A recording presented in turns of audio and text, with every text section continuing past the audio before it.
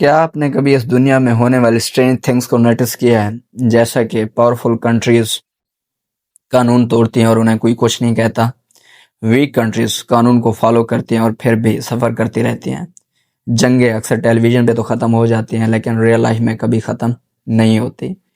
اس طرح دنیا کے کسی کونے میں جنگ ہوتی ہے اور گلوبل آئل پرائسز رائز کر جاتی ہیں. جیسے کہ رشیا نے یوکرین کو انویڈ کیا تھا تو راتوں رات گلوبل انرجی مارکیٹ ہل گئی تھی. فارن کیپٹل میں بیٹھا کوئی پریزیڈنٹ ڈیسیجن لیتا ہے اور آپ کی اکانومی میں اس کا اثر آتا ہے. دنیا میں اس طرح کے جب بھی کوئی بیڈ انسیڈنٹ ہوتے ہیں تو ہمیں کہا جاتا ہے کہ گلوبل پالیٹکس کمپلیکیٹڈ ہے. حالانکہ یہ غلط ہے. گلوبل پالیٹکس کمپلیکیٹڈ نہیں ہے بلکہ اس کو ڈیزائن ہی اس طرح کیا گیا ہے. آج میں آپ کو اس ڈیزائن کے پیچھے چھپے سسٹم کے بارے میں بتانے لگا ہوں, ناٹ ایز اے سبجیکٹ بلکہ ایک ایسی ریئلٹی کے طور پر جس میں ہم آلریڈی ایگزسٹ کرتے ہیں, اور اس ریئلٹی کا نام ہے انٹرنیشنل ریلیشن. جب بھی ایک عام انسان کے بارے میں گلوبل پالیٹکس کا نام آتا ہے تو وہ کنفیوز ہو جاتا ہے, کیونکہ وہ ایک ہی طرح کے انسیڈنٹ کو دو مختلف یا ڈفرینٹ نیریٹیوز کے طور پہ سن رہا ہوتا ہے. مثلاً اگر کہیں پہ کوئی وار چل رہی ہے تو ایک وار کو وہ کہہ سنے گا کہ یہ سیلف ڈیفenس کی وار ہے, اور اسی ٹائپ کی کسی اور وار کو وہ سنے گا یہ ٹیررزم ہے.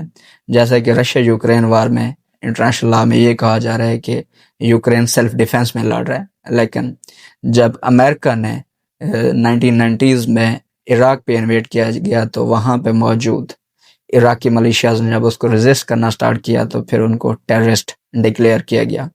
ایک عام انسان سوچتا ہے کہ یہ دنیا میں ایسا انجسٹس کیوں ہے. مسئلہ ان کی انڈرسٹینڈنگ یا انٹیلیجنس کے ساتھ نہیں ہے. مسئلہ یہ ہے کہ ان کو انٹرنیشنل ریلیشن, انٹرنیشنل لا, پیس, کوآپریشن اور فنڈامنٹل ہیومن رائٹس کے بارے میں ایسی سٹوریز سنائی گئی ہیں جو سننے کو تو بہت اچھی لگتے ہیں, لیکن ان سٹوریز کے پیچھے اور نیچے چلنے والا جو انجن ہے اس کے بارے میں کبھی بھی نہیں بتایا گیا, اور وہ انجن ہے انٹرنیشنل ریلیشن.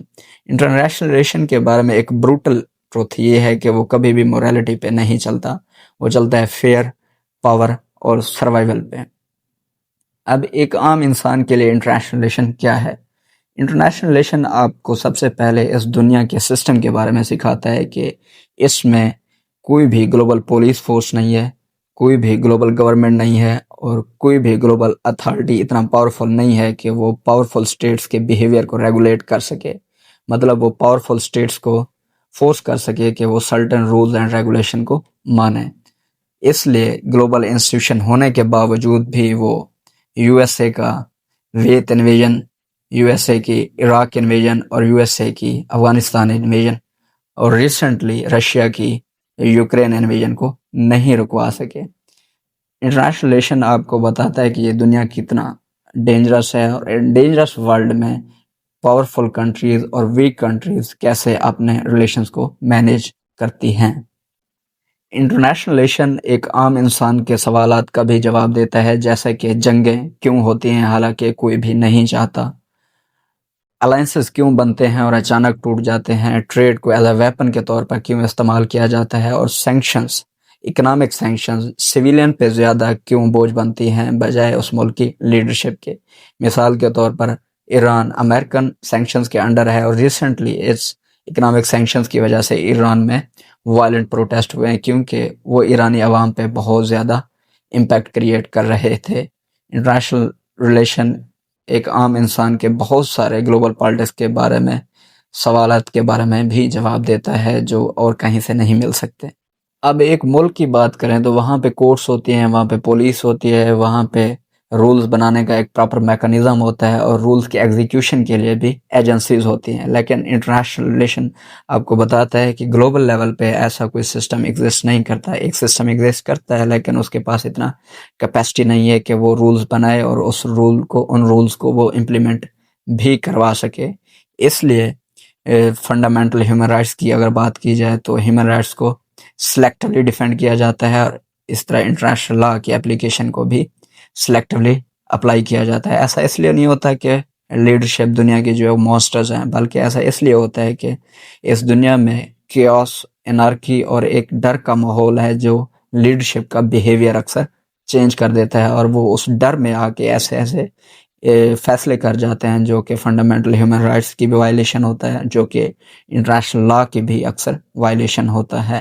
ہمیں اکثر یہ کہا جاتا ہے کہ جو کنٹری عالمی قانون کو مانے گی اس کی زیادہ رسپیکٹ ہوگی اور دنیا اس کو عزت کی نگاہ سے دیکھے گی، لیکن ایسا نہیں ہوتا۔